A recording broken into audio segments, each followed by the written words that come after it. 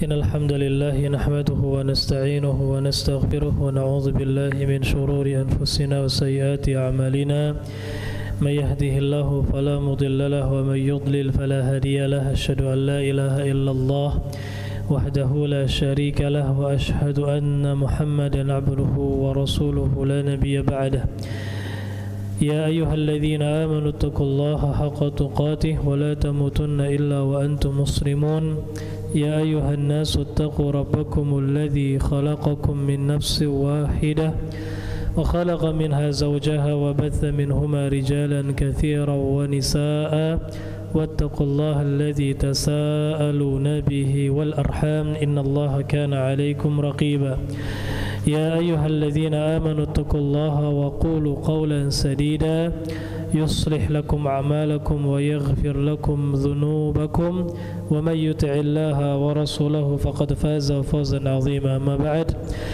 فإن أصدق الحديث كتاب الله وخير الهدى هدى محمد صلى الله عليه وسلم وشر الأمور محدثاتها وكل محدثة بدعة وكل بدعة ضلالة وكل ضلالة في النار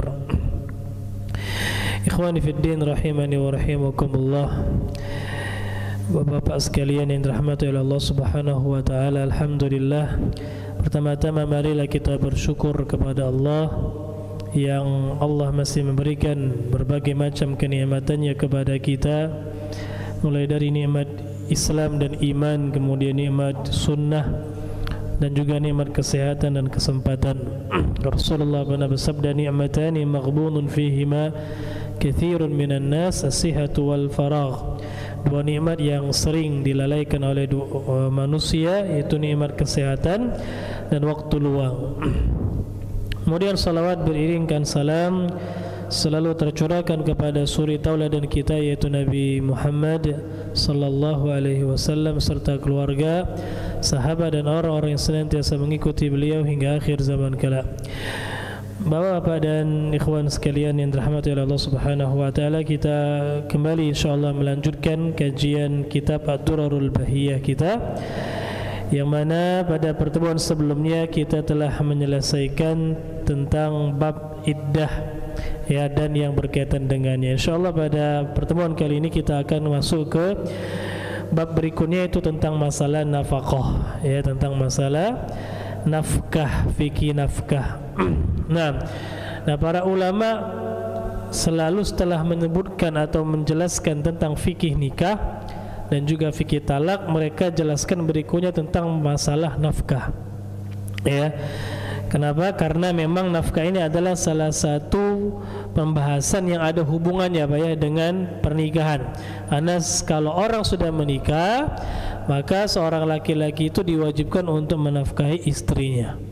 Maka dari situ para ulama sering menyebutkan kitab atau bab nafkah ini dalam kitab nikah atau setelah kitab nikah dan kitab talak. Wallahu a'lam bishawab. Nah, langsung saja kita baca yang dituliskan oleh Al-Imam Syauqani dalam kitab Durarul Bahiyah ini. Beliau mengatakan babun ma jaa fin nafkah. Bab itu tentang apa-apa yang berkaitan dengan nafkah, ya, yang ada penjelasan tentang nafkah. Beliau mengatakan tajibu 'ala zawji lizawjati wal mutallaqati raj'iyan la ba'inan wala fi iddatil wafat fala nafaqata wala sukna. Kata beliau, nafkah itu wajib, ya, atas setiap suami kepada istrinya, ya, kepada istrinya. Jadi kita sebagai laki-laki, orang pertama yang wajib kita nafkahi adalah istri kita, ya. Makanya beliau katakan sini tajibu 'ala zawj li zawjah, wajib bagi setiap laki-laki, setiap suami untuk menafkahi istrinya, ya. Dan ini tidak ada khilaf di antara para ulama, Pak. Tidak ada perbedaan pendapat di antara para ulama bahwasannya seorang suami wajib menafkahi istrinya, ya. Dan dalil-dalil tentang wajibnya suami menafkahi istrinya itu ada dalam Al-Quranul Karim, begitu juga ada dalam hadis-hadis Rasul sallallahu alaihi wasallam, dan sudah kita jelaskan tadi, tidak ada perbedaan pendapat di antara para ulama. dalam masalah ini, ya. Adapun dari Al-Qur'anul Karim tentang wajibnya seorang suami menafkahi istrinya, ya, di antaranya adalah firman Allah dalam surat An-Nisa ayat kelima. Allah Subhanahu wa taala berfirman, warzuquhum fiha waqsuhum, dan berikanlah mereka nafkah dan berikanlah pakaian, ya. Nah, ini di antara dalilnya. Kemudian juga firman Allah Subhanahu wa taala, wa 'alal mauludi lahu rizquhunna wa kiswatuhunna, dan bagi seorang bapak, ya, yang telah diberikan oleh Allah anak melalui istrinya, itu wajib dia untuk menafkahi istri-istri atau istrinya, ya, dan juga memberikan pakaian. Dan ada beberapa ayat lain di dalam Al-Qur'anul Karim, ya. Dalam surat Al-Baqarah ada, surat An-Nisa, surat At-Talaq, ya, dan surat-surat yang lainnya. Wallahu alam. Baik. Begitu juga dalam hadis, ya. Hadis yang ma'ruf yang sering kita dengarkan itu hadis Hindun bintu Utbah. Hadis Hindun bintu Utbah, ya, tatkala beliau ini bertanya kepada Rasul sallallahu alaihi wasallam, ya Rasulullah, sungguhnya kata beliau, Abu Sufyan rajulun syahih, ya Rasulullah, sungguhnya Abu Sufyan itu suaminya. Jadi Hindun ini istrinya Abu Sufyan. Kata Hindun, ya Rasulullah, sungguhnya Abu Sufyan itu seorang yang pelit, ya, yang kikir. Dan ada sebagian suami yang kikir terhadap istrinya, ya, ada, ya. Nah, ya. Kemudian dia bertanya, ya Rasulullah, bolehkah aku mengambil, ya, harta yang dimiliki Abu Sufyan tanpa sepengetahuan dia? Maka Rasulullah bersabda kepada Hindun, ya, khudhi, ya, ma yakfiki wa waladaki, khudhi ma yakfiki wa waladaki, wa kama qala sallallahu alaihi wasallam. Ambillah, kata Rasulullah, ya, cuma sekadar harta itu mencukupi dirimu dan anak-anakmu. Adapun lebih dari itu enggak, ya, mencukupi untuk nafkah. Allahu a'lam. Hadis ini hadis yang sahih riwayat Bukhari dan Muslim, ya. Begitu juga sabda Rasul sallallahu alaihi wasallam tatkala beliau ditanya tentang hak seorang istri atas suaminya, maka Rasulullah bersabda, an tut'imaha idza ta'imta wa taksuha idza tasaita. Itu hak istrimu atas dirimu adalah engkau beri makan sebagaimana engkau makan, dan engkau beri dia pakaian sebagaimana engkau memakai pakaian, ya. Nah, ini hak seorang istri terhadap suaminya. Hadis ini diriwayatkan oleh ashabus sunan. Wallahu alam. Dan masih banyak dalil-dalil lainnya yang menunjukkan bahwasanya wajib benar-benar, ya, seorang laki-laki itu menafkahi istrinya. Wallahu alam bissawab. Baik. Kemudian beliau mengatakan wal mutallaqa raj'iyan. Begitu juga wajib bagi seorang suami istrinya yang dia ceraikan selama cerainya itu masih raj'i, Pak. Talaknya masih talak raj'i, ya. Dan sudah kita jelaskan pada penjelasan masalah talak terbagi menjadi dua, raj'i dan apa? Bain. Ya, raj'i dan bain. Raj'i itu yang baru talak 1 dan 2 masih bisa rujuk selama masa iddah. Selama masa iddah. Nah, maka kalau ada seorang suami yang mentalak istrinya talak 1 dan talak 2 dan masih masa iddah, itu talaknya namanya talak raj'i. Nah, selama masa iddah si suami tadi masih wajib menafkahi istrinya yang dia talak tadi, ya. Maka anggapan sebagian masyarakat kita, kalau seorang suami sudah mentalak istrinya, sudah mengucapkan kata talak, selesai, ya, istrinya langsung dia suruh pulang ke rumah orang tuanya. Ini salah, keliru. Istri yang ditalak 1 dan talak 2 selama masih masa iddah, maka dia tetap tinggal bersama suaminya. Ya, kalau masa iddah sudah selesai, betul, ya. Tapi selama masa iddah itu masih, maka tetap, ya, si istri tadi tinggal bersama si suami, dan suami wajib untuk menafkahi si istrinya. Paham, Pak, ya? Jadi kalau baru talak 1 dan talak 2 itu masih talak raj'i, selama masa iddah masih wajib untuk dinafkahi, ya. Wallahu alam. Dan ini sepakat ulama, tidak ada khilaf di antara para ulama, Ya, tidak ada khilaf di antara para ulama, istri yang baru ditalak raj'i itu tetap wajib dinafkahi. Dalamnya di antaranya adalah hadis Fatimah bintu Qais. Hadis Fatimah bintu Qais radhiyallahu anha, bahwasanya Rasulullah pernah berkata kepada beliau, innaman nafaqa wasukna lil mar'ati idza kana 'alaiha raj'ah. Nah, sesungguhnya idza kana li zawji 'alaiha raj'ah. Sungguhnya nafkah dan juga tempat tinggal itu wajib bagi seorang suami kepada istrinya selama si suami tadi masih bisa rujuk. Ya, masih bisa rujuk. Nah, hadis ini diriwayatkan oleh Al-Imam Ahmad dan juga Al-Imam Nasai. Dalam lafaz Imam Ahmad dikatakan oleh Rasulullah, fa idza lam yakun 'alaiha raj'ah fala nafaqah wala sunnah. Kalau sudah tidak bisa rujuk, baru di situ enggak ada nafkah, tidak ada kewajiban dia ngasih tempat tinggal. Wallahu alam. Nah, meskipun hadis ini dipersing oleh para ulama, tapi ada ulama yang menghasankannya. Wallahu a'lam. Baik, barakallahu fikum. Nah, intinya seorang wanita yang baru ditalak 1 dan 2 masih raj'i tetap wajib dinafkahi, tetap wajib dikasih tempat tinggal, ya, selama masa iddah. Kalau iddahnya sudah selesai, ya sudah, berarti Pak, selesai, ya, silakan si wanita itu pulang ke rumah orang tuanya dan tidak ada lagi kewajiban nafkah. Kalau sudah bain, ya, baik kubro ataupun sughra.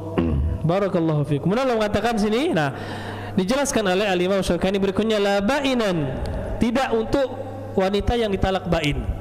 Dan bain sudah kita jelaskan, ada namanya bainuna sughra, ada bainuna kubra. Bain itu ada dua, ada yang sughra yang kecil, ada yang kubra. Ya, yang kecil itu contohnya adalah seorang suami yang mentalak istrinya sebelum berhubungan suami istri, sebelum berhubungan badan, sebelum ada campur di situ.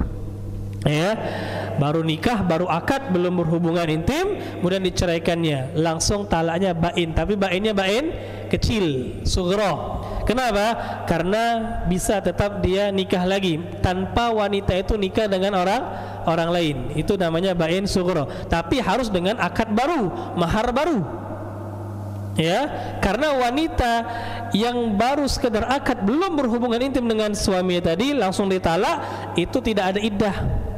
Kalau nggak ada iddah, otomatis maka dia langsung bain, tapi bainnya bain sughra. Artinya nggak perlu wanita tadi nikah dengan laki-laki lain. Berbeda dengan bain kubro, itu adalah talak 3. Ya, talak 3 itu namanya bain kubro. Nggak boleh si laki-laki menikah dengan wanita yang sudah ditalak 3-nya, kecuali wanita itu nikah dengan orang lain. Ya, wallahu a'lam. Nah, jadi kalau talaknya sudah bain, Bapak-bapak sekalian, maka tidak ada kewajiban nafkah bagi seorang suami.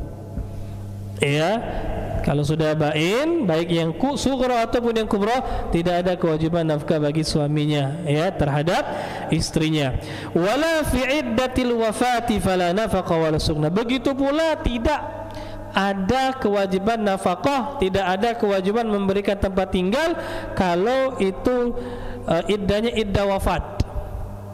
Iddahnya iddah wafat. Kalau si suami tadi meninggal, ya, nggak ada lagi kewajiban nafkah. Kenapa? Karena suami sudah meninggal, ya, maka dia tidak lagi wajib menafkahi, dan hartanya langsung jadi harta waris, ya, diwariskan kepada yang berhak, istrinya tadi. Begitu juga anak, kalau dia punya anak, kalau nggak punya anak ya orang tua, kalau nggak punya orang tua maka saudara, dan seterusnya. Itu dibahas di dalam fikih waris.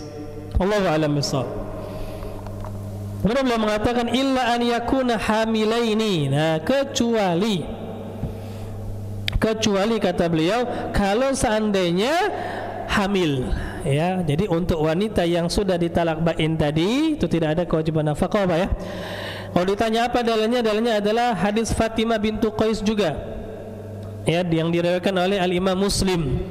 Ketika Fatimah bintu Qais ini ditalak oleh suaminya talak 3 bain, ya, maka Rasulullah sallallahu alaihi wasallam bersabda, apa namanya, la nafaqah laki wala sukna. Tidak ada nafkah bagimu dan tidak ada tempat tinggal.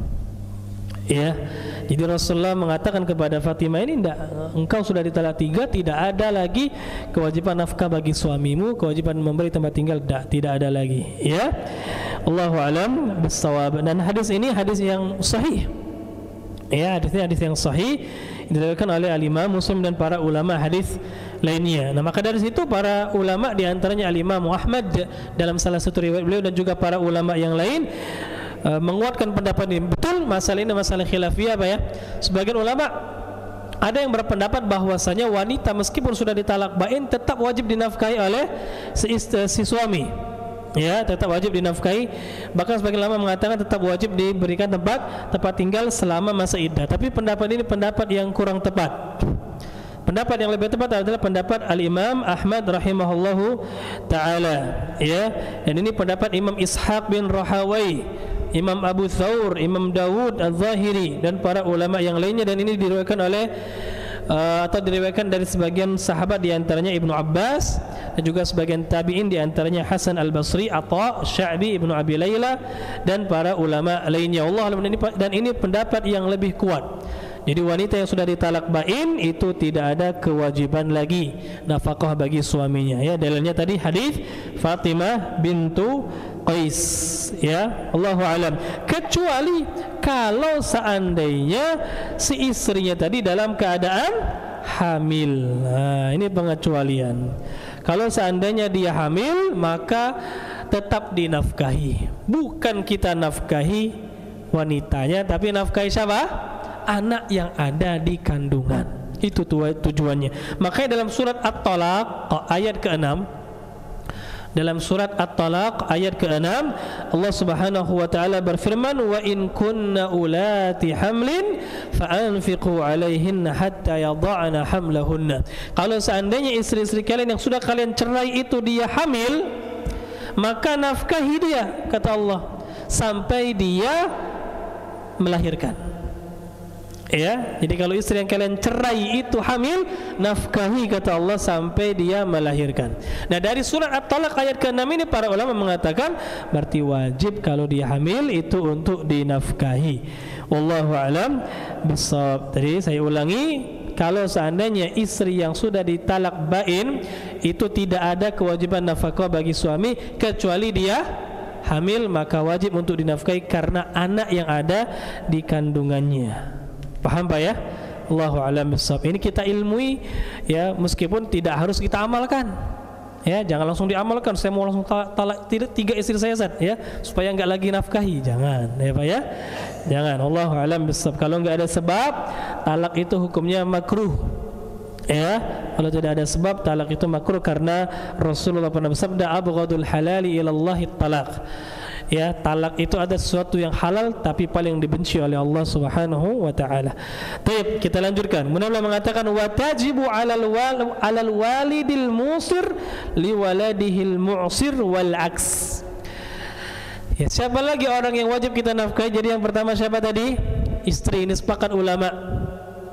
Baik istri yang memang masih istri kita atau yang sudah ditalak tapi talaknya raj'i, atau yang sudah talak bain tapi dia hamil. Paham ya? Jadi jangan keliru lagi. Yang kedua, siapa yang wajib kita nafkahi? Beliau katakan di sini, dan nafkah itu juga wajib atas seorang bapak kepada anaknya.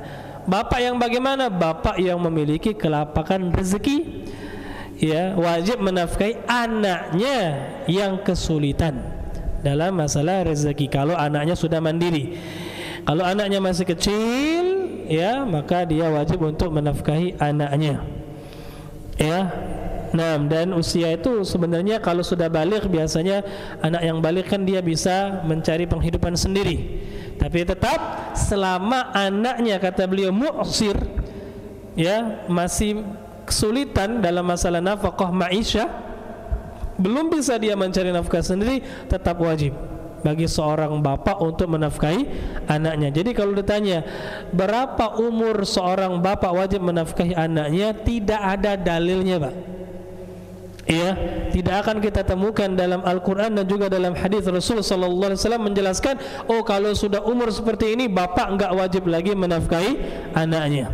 Bahkan di dalam perkataan Imam Syaukani di sini terdapat dalil bahwasanya selama anak tersebut masih kesulitan dalam menafkahi dirinya sendiri, tetap wajib bapak itu menafkahi anaknya meskipun dia sudah baligh. Ya, meskipun anaknya sudah nikah. Ya.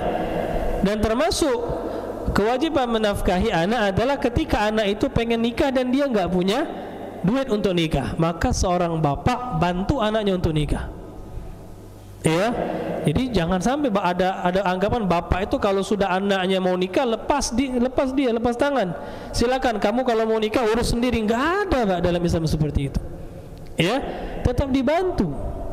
Kewajiban seorang bapak untuk membantu anaknya kalau anaknya pengen menikah. Ya, jadi wajib bagi seorang bapak yang memiliki kelapangan rezeki kalau mampu. Sekali lagi, kalau bapaknya pun nggak mampu, maka kewajibannya ya sebatas kemampuan dia.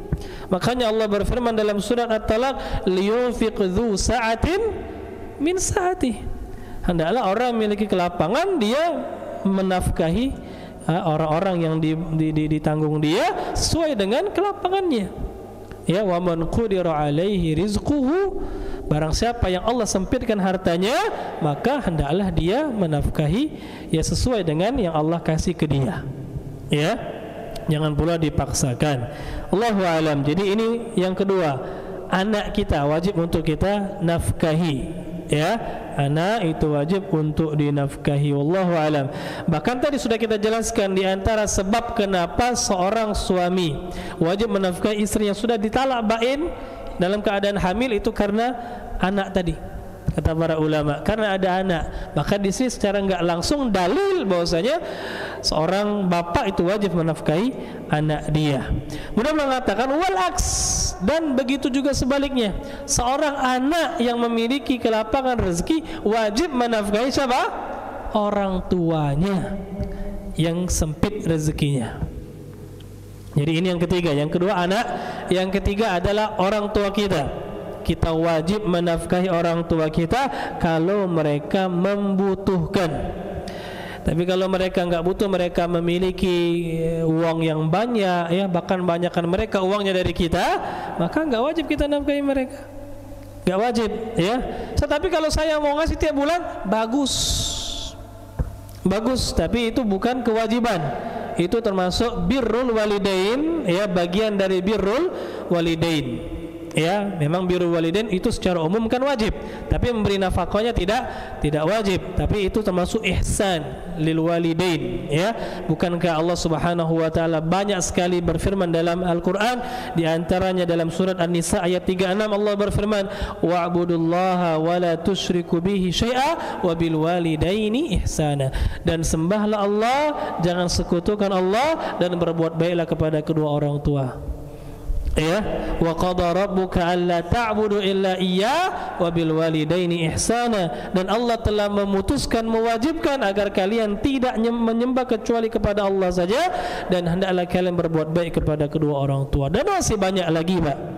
Ikhwan sekalian, dalil-dalil tentang wajibnya kita berbuat baik kepada kedua orang tua kita. Ya, nah kalau orang tua kita kesulitan, wajib kita menafkahi.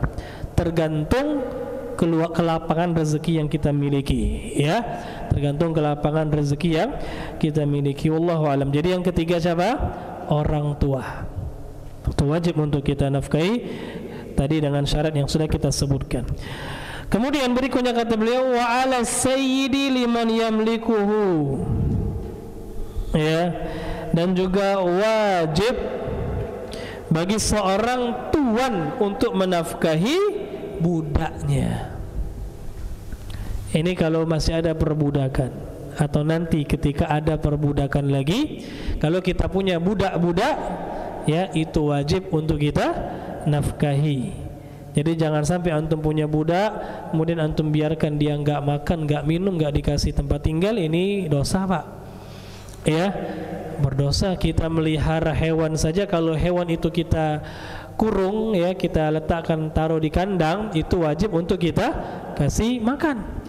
Nah kalau enggak itu berdosa. Bukankah Rasulullah pernah bersabda, dakhalat imra'atun fi hirratin, seorang wanita pernah, dakhalatil mar'atun nar fi hirratin, seorang wanita pernah masuk neraka gara-gara apa? Seekor kucing. Dia kurung kucing tersebut, enggak dikasih makan, enggak juga dia lepaskan sehingga bisa ngasih makan sendiri, masuk neraka.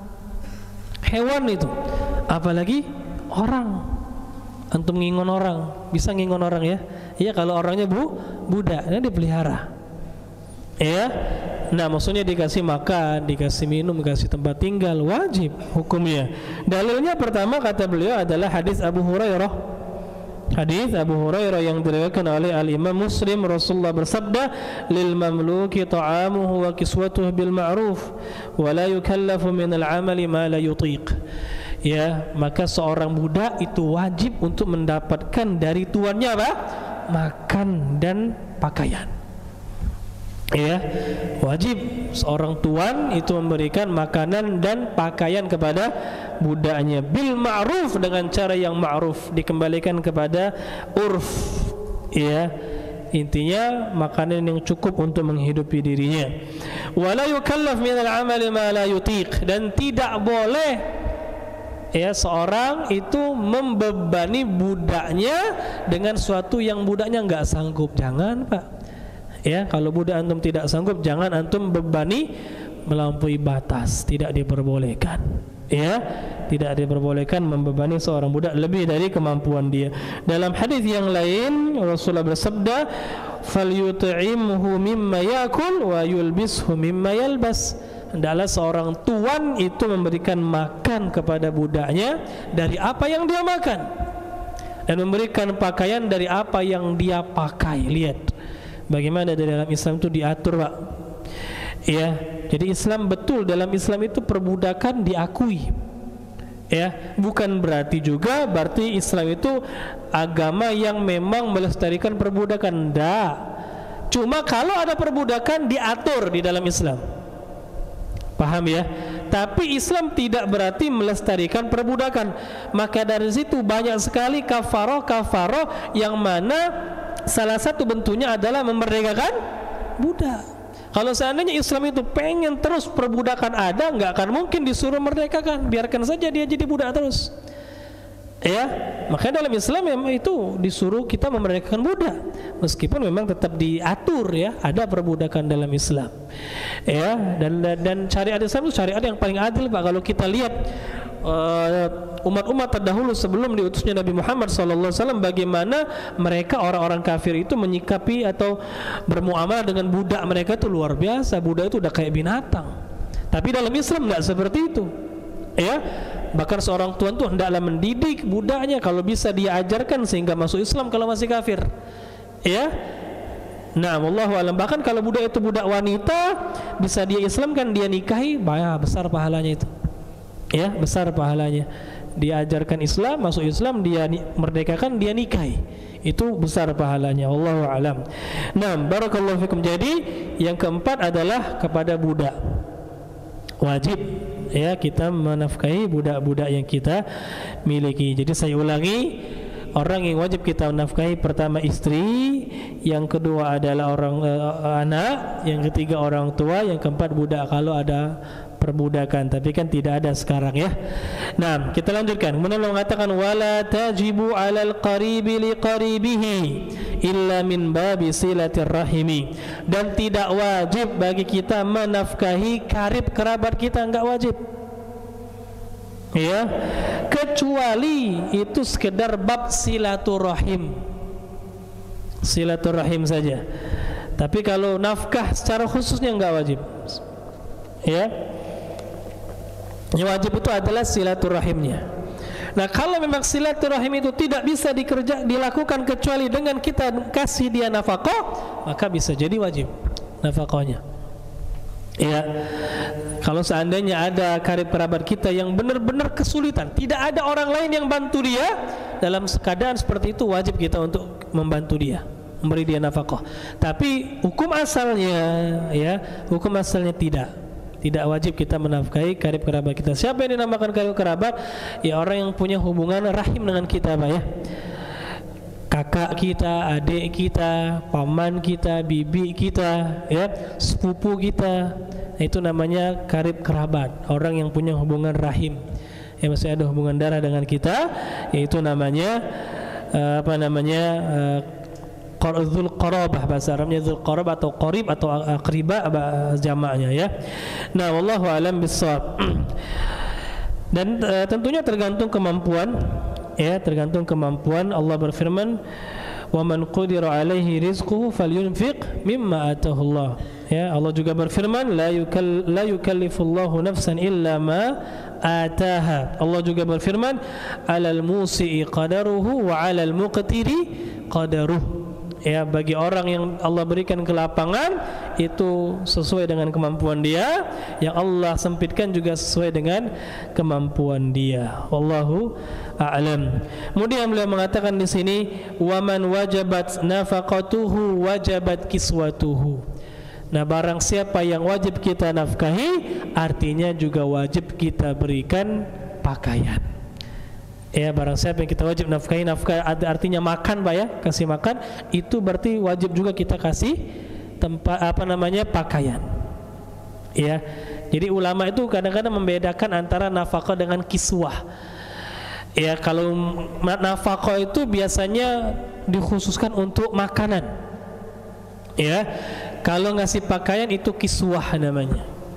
Itu kiswah bahasa Arabnya, ya. Meskipun kalau di kita ini kan sudah yang namanya nafkah tuh ngasih makan, ngasih pakaian, tempat tinggal, itu termasuk nafkah. Tapi dalam kitab fikih akan kita temukan istilah yang berbeda. Kalau nafkah itu untuk makan, kalau pakaian itu kiswah bahasa Arabnya, kalau tempat tinggal itu sukna. Ya, tapi tiga-tiganya ini menjadi kewajiban bagi kita, ya, tentunya bagi orang-orang yang sudah kita sebutkan tadi. Wallahu alam bissawab. Barakallahu fikum. Ini tentang masalah fikih nafkah secara ringkas yang dijelaskan oleh Al-Imam Syaukani rahimahullahu taala. Kita lanjutkan ke bab selanjutnya. Dikatakan di sini bab ma jaa fir ridha. Bab selanjutnya adalah tentang masalah susuan. Ya, sebenarnya sudah kita jelaskan masalah sepersusuan ketika kita menyinggung masalah Pak mahram. Di awal-awal kitab nikah itu ada kita singgung masalah mahram. Di antara ya kan? Nah, di sini beliau jelaskan sedikit hukum-hukum mengenai susuan. Ya, meskipun semuanya sudah kita jelaskan, tapi enggak masalah kita baca lagi apa yang beliau tuliskan di sini. Ya, mungkin ada beberapa faedah tambahan. Beliau katakan di sini, innama yathbutu hukmuhu bi khamsi radha'atin. Sesungguhnya sepersusuan, ya, seorang itu jadi mahram bagi kita. Ibu itu menyusui kita kalau kita masih kecil, atau kita ada saudari sepersusuan. Itu kata beliau hukumnya itu thabitun, ya, sah apabila 5 kali sepersusuan. Yang sudah kita jelaskan ya waktu di awal-awal. Jadi syarat sahnya sepersusuan itu Pak adalah harus 5 kali. Kalau kurang maka belum sah dia. Ya. Misalnya anak kita susukan kepada seorang wanita. Ya, taruhlah istri kita tidak ada air susunya. Ada sebagian wanita yang kadang-kadang dia punya anak tapi air susunya enggak keluar, ada, ya. Nah, itu kita boleh anak kita titipkan kepada seorang wanita yang memang misalnya wanita itu sedang punya anak kecil juga, kita susukan sama dia. Boleh Pak, enggak masalah. Bahkan ini lebih bagus daripada antum pakai susu formula. Ya. Dan ini dilakukan oleh orang-orang Arab terdahulu. Bahkan Rasul SAW itu ada ibu sepersusuan yang menyusui beliau ketika beliau kecil, ya kan? Di antara wanita yang menyusui beliau siapa? Halimah As-Sa'diyah dari Bani Sa'ad. Nah, jadi ini terus sebenarnya ya diperbolehkan, bahkan bisa jadi lebih bagus, ya, lebih bagus daripada antum pakai susu formula. Karena susu formula itu ya diambilnya dari susu sapi, ya. Adapun yang bagus itu ada susu dari manusia, itu yang bagus Pak. Nah, cuma memang ada hukum-hukum kalau seandainya anak kita susukan kepada seorang wanita, nanti kalau sudah 5 kali wanita itu jadi anak sepersusuan, ibu sepersusuan anak kita. Ya, kalau dia punya anak perempuannya saudarian sama anak kita. Kalau anak kita laki-laki, dan seterusnya, ya. Nah, tapi itu kata beliau harus 5 kali. Dalilnya sudah kita jelaskan waktu itu, yaitu hadis Aisyah radhiyallahu anha yang diriwayatkan oleh Al-Imam Muslim. Rasulullah pernah, atau Aisyah pernah berkata, kana fi ma unzila minal Qur'an asyru radha'an ma'lumat. Dahulu ya termasuk di dalam Al-Quran itu diturunkan tentang masalah persusuan itu adalah 10 kali baru menjadikan mahram, 10 kali. Thumma nusikha bi 5 rada'at, kemudian dihapus hukumnya, ya pertama 10, kemudian dihapus menjadi 5 kali saja, menjadi 5 kali. Dan Rasulullah diwafatkan sedangkan hukum ini enggak dihapus lagi, 5 kali, ya. Dan ini pendapat yang lebih kuat meskipun ada khilaf di situ. Sebagian ulama menilai tidak harus 5, ya, tidak harus 5, meskipun kurang dari 5 tetap sah kata mereka. Tapi pendapat yang lebih kuat harus 5, ya. Dan ini pendapat Imam Syafi'i, ya, Imam Syafi'i dan Imam Ahmad dalam salah satu riwayatnya. Dan ini pendapat juga Imam Ishaq bin Rahawai dan para ulama lainnya. Allahu a'lam, ya. Adapun jumhur itu mengatakan enggak harus 5, enggak harus 5. Tapi jelas hadisnya sahih, riwayat Muslim, maka tentunya kita rajihkan pendapat ini. Kemudian Allah mengatakan ma'atayakuni wujudil laban, disertai dengan yakinnya susu tadi keluar, ya. Kalau kita ragu kira-kira susunya keluar atau enggak, maka tidak jadi mahram nih. Harus yakin, si ibu yang nyusu itu pun harus yakin susunya benar-benar keluar, ya. Karena yang menjadikan mahram itu adanya susu. Kalau susunya enggak keluar, maka enggak, ya, cuma sekedar mulut dari si ibu, payudara dari ibu itu, maka enggak cukup, Pak. Harus ada susu yang keluar masuk ke mulutnya dan ditelan oleh si bayi tersebut, ya. Harus seperti itu, jelas. Wallahu a'lam. Kemudian beliau katakan lagi wa qaunur radhi' qabla al-fitam. Syarat berikutnya adalah anak tersebut belum disapih. Dan usia seorang anak disapih itu biasanya berapa tahun? 2 tahun, ya, 2 tahun.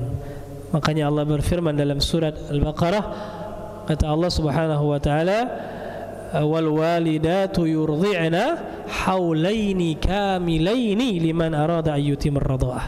Kata Allah Subhanahu wa taala, bagi ibu hendaklah menyusui anak-anaknya selama 2 tahun.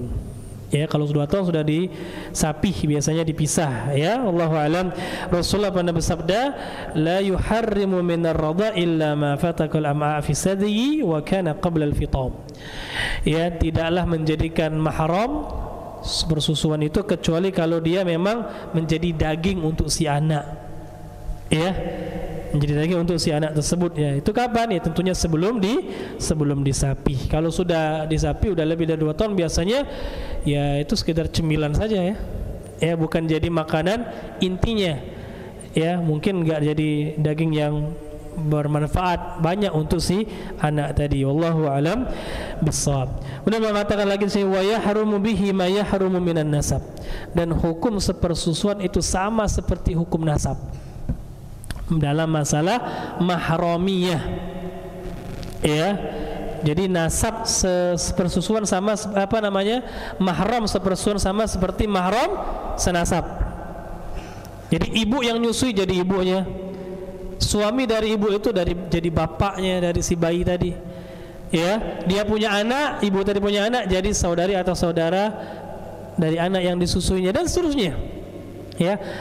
Adik dari ibu tadi jadi paman atau bibi, dan seterusnya. Sama kayak nasab sudah. Seakan-akan ibunya tadi seperti ibu kandung. Tapi ini dalam masalah mahramiyah saja. Sekedar dalam masalah apa, Pak? Mahramiyah. Tidak berlaku pada masalah apa? Waris. Enggak. Ya, atau masalah perwalian, enggak. Ustaz, boleh enggak Ustaz? Ya, seorang wanita dijadikan walinya itu bapak sepersusuan dia, enggak boleh. Perwalian itu harus dari jalur nasab. Kalau nasab enggak ada, langsung ke hakim. Enggak boleh dia ke bapak sepersusuan, enggak ada itu. Begitu juga masalah waris. Ya, kita punya ibu yang nyusui kita, dia meninggal, kita dapat warisan enggak? Enggak. Jadi masalah sepersusuan itu dalam masalah mahramiyah saja, tidak dalam masalah waris dan tidak juga dalam masalah perwalian. Allahu a'lam. Beliau mengatakan wa yuqbal qaulul murdiyah, dan diterima perkataan seorang wanita yang dia pernah menyusui seorang bayi. Maksudnya apa? Maksudnya Pak, kalau ada seandainya ya seorang laki-laki yang dia nikah dengan seorang wanita, nikah ya, di tengah pernikahan ternyata ada seorang wanita yang bersaksi, mengaku ya, dia mengatakan bahwasanya kepada si laki-laki, dulu kamu waktu kecil pernah saya susui. Kemudian juga berkata kepada si wanita, kamu juga dulu pernah saya susui. Artinya apa? Kalian itu saudara sepersusuan karena sama-sama pernah saya susui waktu kecil. Ya, diterima gak perkataannya? Kata beliau, diterima, dan tidak harus dua orang saksi. Ya, gak harus dua orang saksi, laki-laki gak harus. Cukup ibu itu yang mengatakan, maka kedua orang yang sudah nikah tadi wajib dipisah. Kenapa? Karena mereka saudara sepersusuan. Ya, Ustaz sudah saling mencintai, mau nggak mau pisah. Ya, tetap harus cari yang lain karena hukum Allah harus kita tegakkan. Ya. Ya, tidak bisa kita menggunakan perasaan dalam masalah hukum Allah Subhanahu wa taala. Dalilnya apa? Dalilnya adalah hadis Uqbah ibnul Harith. Ya, beliau pernah mengatakan annahu tazawwaja Umma Yahya binta Abi Ihabin. Bahwasanya beliau pernah menikahi seorang wanita yang kunyahnya Ummu Yahya. Ya, faja'at amatun sauda. Maka setelah dia menikah dengan Ummu Yahya tadi, datanglah seorang wanita budak sauda yang berkulit hitam. Faqalat, kemudian budak ini mengatakan, arda'tukuma, dulu ketika kalian berdua saya yang nyusui. Ya. Fadzukira dzalika lin-nabi sallallahu alaihi wasallam fa'arada anni. Fadzakartu dzalika lin-nabi sallallahu alaihi wasallam fa'arada anni. Maka kata Uqbah bin Al-Harith, aku pun menceritakan hal tersebut kepada Rasul sallallahu alaihi wasallam. Maka Rasulullah pun berpaling. Ya. Qal fatanahaitu fadzakartu dzalika lah. Maka aku kembali, ya, ketika Rasulullah berpaling, aku kembali menceritakan hal tersebut kepada Rasul sallallahu alaihi wasallam. Kemudian Rasulullah bersabda, "Wa kaifa wa qad za'amat annaha arda'atkuma fanaha." Ya, gimana lagi kata Rasulullah? Artinya si Uqbah tadi ingin apa? Nyari alasan, ya Rasulullah, itu kan cuma budak wanita. Ya, enggak diterima lah perkataannya, ya. Artinya dia sudah terlanjur suka sama Ummu Yahya, sudah nikah seperti itu. Ya, maka Rasulullah berpaling, kembali dia terus ya menyampaikan apa? Uzur-uzurnya mungkin. Maka Rasulullah langsung mengatakan, ya gimana lagi? Dia sudah apa? Dia sudah mengakui bahwasanya dia menyusui kalian berdua. Sudah, pisah. Maka dipisahkan. Dipisahkan, Pak, ya. Allahu a'lam bissawab. Barakallahu fikum. Kemudian beliau mengatakan lagi di sini, wa yajuzu irda'ul kabiri walau kana dza lihyatin litajwiz an-nadhari. Kata beliau, dan diperbolehkan ya seorang wanita menyusui ya laki-laki meskipun sudah dewasa, kata beliau. Ya, meskipun sudah dewasa, meskipun sudah punya jenggot, kata beliau, ya. Allahu alam. Dan ini termasuk masalah khilafiyah yang sudah kita jelaskan. Apakah menyusui orang yang sudah dewasa itu bisa menjadikan mahram atau tidak? Mayoritas ulama berpendapat tidak. Ya, mayoritas ulama berpendapat tidak, Pak, ya. Kenapa? Karena tadi ya ada syarat-syaratnya apa? Belum disapih anak tersebut, artinya di bawah 2 tahun. Ya, kalau sudah jenggotan nggak ada anak-anak 2 tahun jenggotan, ya. Kalau sudah jenggotan itu berarti sudah baligh. Ya, biasanya sudah baligh jenggotan itu. Maka jumhur ulama mengatakan tidak bisa jadi mahram. Ya, nggak bisa. Allahu a'lam. Sebagian ulama berpendapat bisa. Mereka berdalilkan dengan hadis kisahnya siapa? Salim. Ya, Maula Abu Hudzaifah. Kisahnya Salim Maula Abu Hudzaifah, ya. Allahu a'lam bissawab. Tapi hadis ini kita katakan qadhiyatu ainin. Hadis ini adalah kisah yang memang khusus untuk mereka. Makanya para istri Rasul sallallahu alaihi wasallam ya tidak menerima ini. Ini kan hadis Aisyah radhiyallahu taala anha. Begitu juga sahabat-sahabat banyak yang tidak menerima kisah ini. Artinya mereka beranggapan ini khusus untuk Salim dengan ya Abu Hudzaifah saja dan istrinya. Ya, dan istrinya itu Sahlah. Wallahu a'lam bissawab. Barakallahu fikum. Yang jelas pendapat yang lebih berhati-hati tentunya pendapat mayoritas ulama, ya, mayoritas ulama. Meskipun ada pendapat yang ketiga, itu pendapat Syekhul Islam Ibnu Taimiyah. Beliau berpendapat hukum asalnya memang 2 tahun. Tapi kalau ada keadaan seorang sama seperti keadaannya siapa? Salim tadi. Kisahnya Salim itu Pak, dia itu diangkat oleh Abu Hudzaifah dan istrinya yang bernama Sahlah ketika masih kecil. Diangkat jadi anak. Nah sudah dewasa ya paham kan bukan mahram, bukan mahram. Ketika Salim sudah dewasa ya ternyata si Sahlah ini ya mungkin punya anak kecil, dia ada susu ya. Nah dia kan tentunya bukan mahram padahal sudah kayak anak seperti itu. Nah Abu Hudzaifah ini nggak senang kalau si Salim ini bertemu sama istrinya karena bukan mahram. Ya akhirnya Sahlah menemui Rasulullah, nanya, ya Rasulullah gimana ini? Kata Rasulullah, ya susui. Ya, kata Sahlah, ya Rasulullah, Salim udah besar jenggotan ya. Ya Rasulullahnya senyum, ya tahu ya sudah susui aja kata Rasulullah. Ya, Allahu a'lam bishawab. Ini kisahnya kata ulama, kalau ada orang yang kisahnya sama seperti ini pendapat Syekhul Islam, maka diperbolehkan. Allahu a'lam, meskipun pendapat yang lebih berhati-hati tentu tetap pendapat mayoritas ulama Pak ya, pendapat mayoritas itu pendapat imam yang 4. Allahu a'lam bishawab, tidak ya, kalau sudah dewasa ya sudah tidak. Jadi gimana saja sudah, kalau bukan mahram tetap dipisah, jangan sampai bertemu seperti itu. Allahu a'lam bishawab. Adapun hadis ini dibawakan kepada khususiyah ya, qadiyatu ainin ya. Meskipun ini masalah khilafiyah tapi khilaf di sini memang segelintir ulama. Allahu a'lam bishawab. Barakallahu fikum. Nah, kita lanjut ya. Bab yang terakhir dalam kitab nikah atau masalah talak itu tentang masalah hadanah. Ini bab terakhir Pak ya. Setelah ini kita akan masuk ke kitabul buyu, kitabul bai', kitab jual beli insyaallah setelah ini ya. Ini masalah terakhir tentang masalah nikah dan yang berkaitan dengannya. Allahu a'lam. Apa itu tentang hadanah? Apa itu hadanah? Insyaallah akan kita bahas setelah azan. Silakan azan Isya dulu. Sudah masuk ya? Nah. Nah, kita lanjutkan bab terakhir sini, singkat insyaallah tidak terlalu panjang. Itu tentang hadanah. Hadanah itu adalah hak asuh. Ya, hak asuh bagi seorang anak kalau ya bapak dan ibunya berpisah, cerai ya. Siapa yang paling berhak untuk mengasuh anaknya di sini dibahas. Ini dibahas dalam kitab-kitab fikih ya. Nah, beliau mengatakan bab fi ma jaa fil hadanah. Bab itu tentang apa-apa yang ada dalam hadanah. Beliau katakan al-aula bitifli ummuhu. Yang paling berhak mengasuh seorang anak itu adalah ibunya. Jadi kalau ada satu pasangan suami istri bercerai, mereka punya anak, maka yang paling berhak mengasuh anak tersebut adalah ibunya. Ya. Tapi dengan syarat malam tankih, selama dia belum nikah dengan orang lain. Selama dia belum nikah dengan orang lain, ya. Tsummal khalah. Kalau ibunya tadi sudah nikah dengan orang lain, kemana? Maka diberikan ke bibi.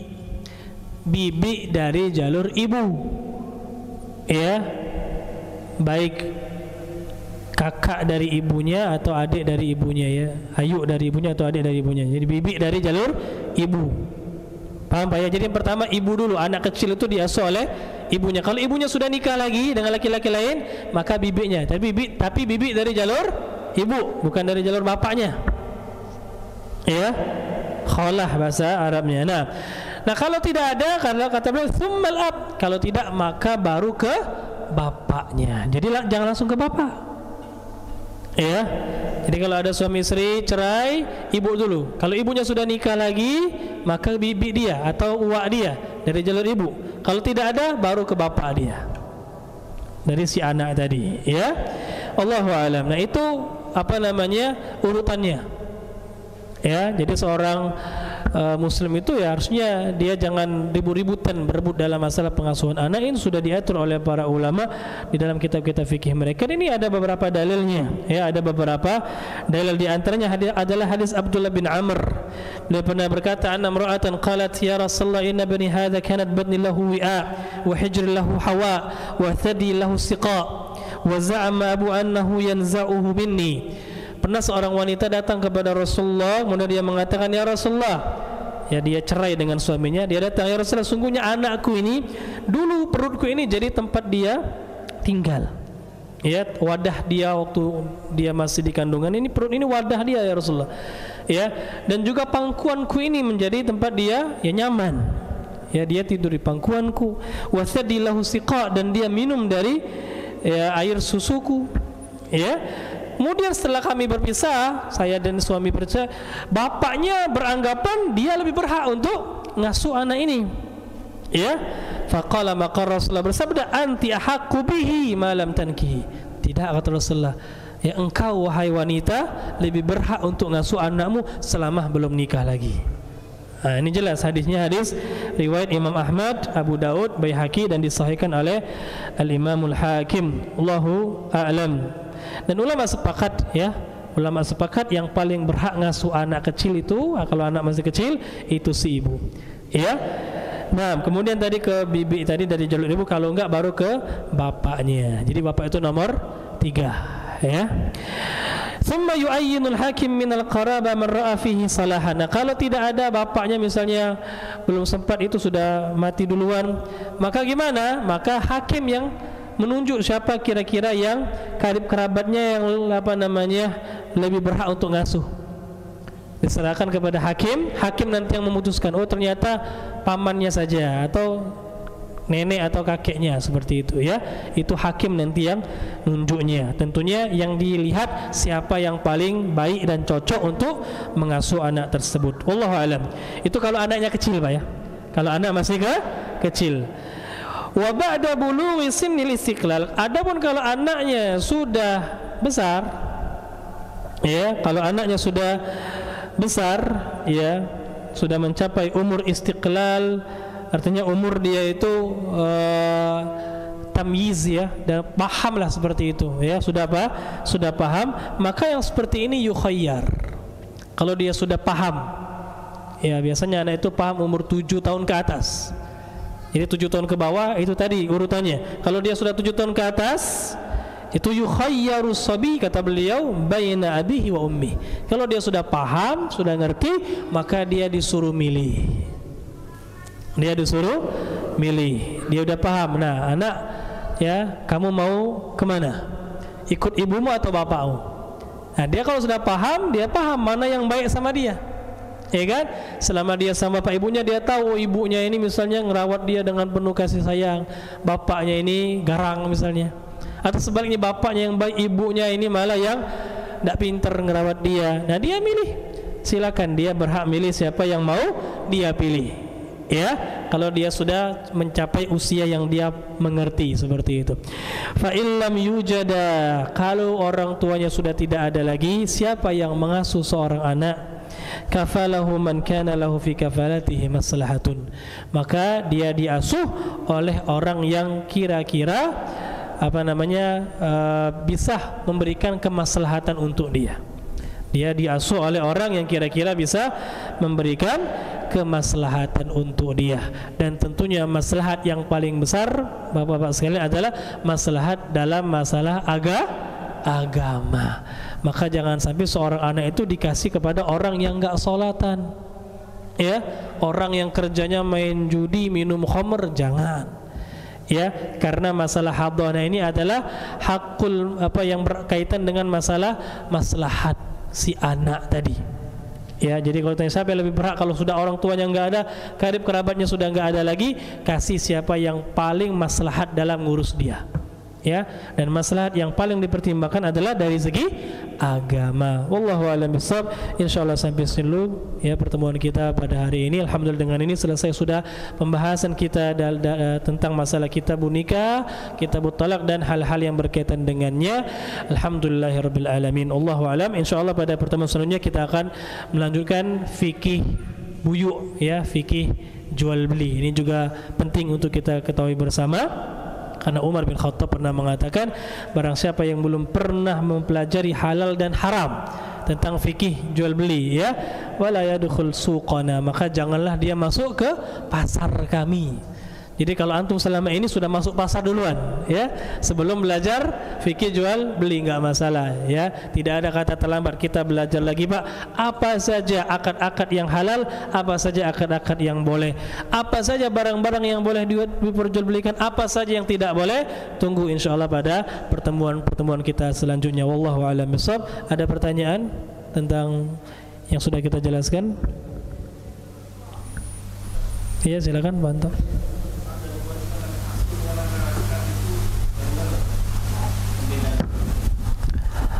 Anak asuh, ya, kita lihat istilah apa anak asuh itu apa maksudnya, ya, karena anak asuh bisa jadi anak kandung sendiri yang dia asuh, ya. Tapi kalau maksud anak asuhnya adalah anak orang lain yang dia asuh, ya berarti sama saja dengan anak angkat, nggak ada bedanya. Jadi kata anak asuh itu lebih umum daripada anak angkat. Kalau anak angkat itu biasanya, ya, langsung kita memahami anak angkat bukan anak kandung, ya kan? Tapi kalau anak asuh bisa jadi anak dia sendiri, dia yang asuh. Sekali lagi, karena hak asuh tadi sudah kita jelaskan, kalau orang tuanya masih ada, maka yang asuh adalah orang tua. Nah, kecuali kalau orang tua tidak ada, maka ke bibi tadi, ya. Kalau nggak ada lagi karib kerabat, baru ke siapa yang paling maslahat dalam mengasuhnya, seperti itu. Allahu a'lam. Adapun beda yang tadi itu, ya, anak asuh itu berarti lebih umum daripada anak angkat. Adapun hak-haknya, ya, Allahu a'lam bishawab, ya, tidak dijelaskan di dalam dalil-dalil tentang masalah pengangkatan anak, ya. Makanya masalah ngangkat anak, ya, itu lihat dulu. Kalau anak yang diangkat itu memang kalau dia besar insyaallah mahram kita, maka enggak masalah.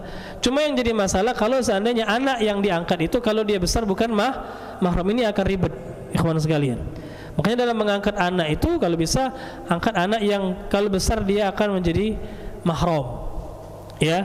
Misal kalau mau mengangkat anak laki-laki, ya carilah anak laki-laki yang dari kerabat dari istri antum misalnya, ya, dia itu anak dari adik istri antum. Nah, kalau dia besar kan itu mahram karena istri antum jadi uaknya seperti itu, ya kan? Jadi mahram, keponakan dia, keponakan istri antum. Nah, kalau bukan, ini akan ribet nanti ketika besar. Jadi kisah kayak Salim sama Abu Hudzaifah dan Sahla tadi, ya kan? Allahu a'lam bishawab, ya. Dan itu memang perbuatan baik sebenarnya, ya, perbuatan baik. Tapi ya tetap, ya, harus kita pahami kalau dia sudah dewasa, nah itu yang bukan mahram ini harus diajarkan. Kalau di negeri kita ini kan kalau sudah diangkat anak kan seakan-akan jadi anak apa? Anak kandung. Bahkan tidak sedikit orang itu kalau sudah angkat anak langsung dimasukkan di mananya? Ke kakaknya. Ya, dia jadi pegawai negeri, anaknya dapat tunjangan juga, dianggap anak dia padahal bukan anak dia. Ini ada larangan lagi. Larangan apa? Menasabkan anak orang kepada yang bukan nasab dia. Ini dosanya besar, dapat laknat yang seperti itu, Pak. Ya, maka ini penting kalau antum mau ngangkat anak itu, ya, dipahami itu. Wallahu a'lam bishawab. Barakallahu fikum. Nah, intinya kalau kita sudah mau ngurus seorang anak, ya kita kasihlah dia nafkah. Ya, kalau mau sekedar berbuat baik sebenarnya nggak harus kita tinggal di rumah kita, ya, kita kasih nafkah dia. Misalnya ada tetangga kita yang dia punya anak tapi dia nggak mampu menafkahi anaknya, ya nggak perlu kita yang bawa ke rumah kita, misalnya kita kasih saja dia nafkah kalau mau berbuat baik.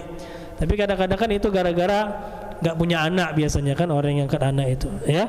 Nanti harus dipahami hukum-hukumnya nanti kalau anak tersebut sudah dewasa. Dan menasabkan anak yang bukan anak dia itu dosa besar, tidak diperbolehkan, ya, apalagi disampaikan bin padahal bukan bin dia, ya. Barakallahu fikum. Nah, masih ada pertanyaan? Tidak ada? Kalau tidak ada, kita cukupkan sampai di sini. Mudah-mudahan bermanfaat. Lebih dan kurang saya mohon maaf. Kepada Allah saya mohon ampun. Subhanakallahumma wa bihamdika asyhadu an la ilaha illa anta astaghfiruka wa atubu ilaik. Assalamualaikum warahmatullahi wabarakatuh.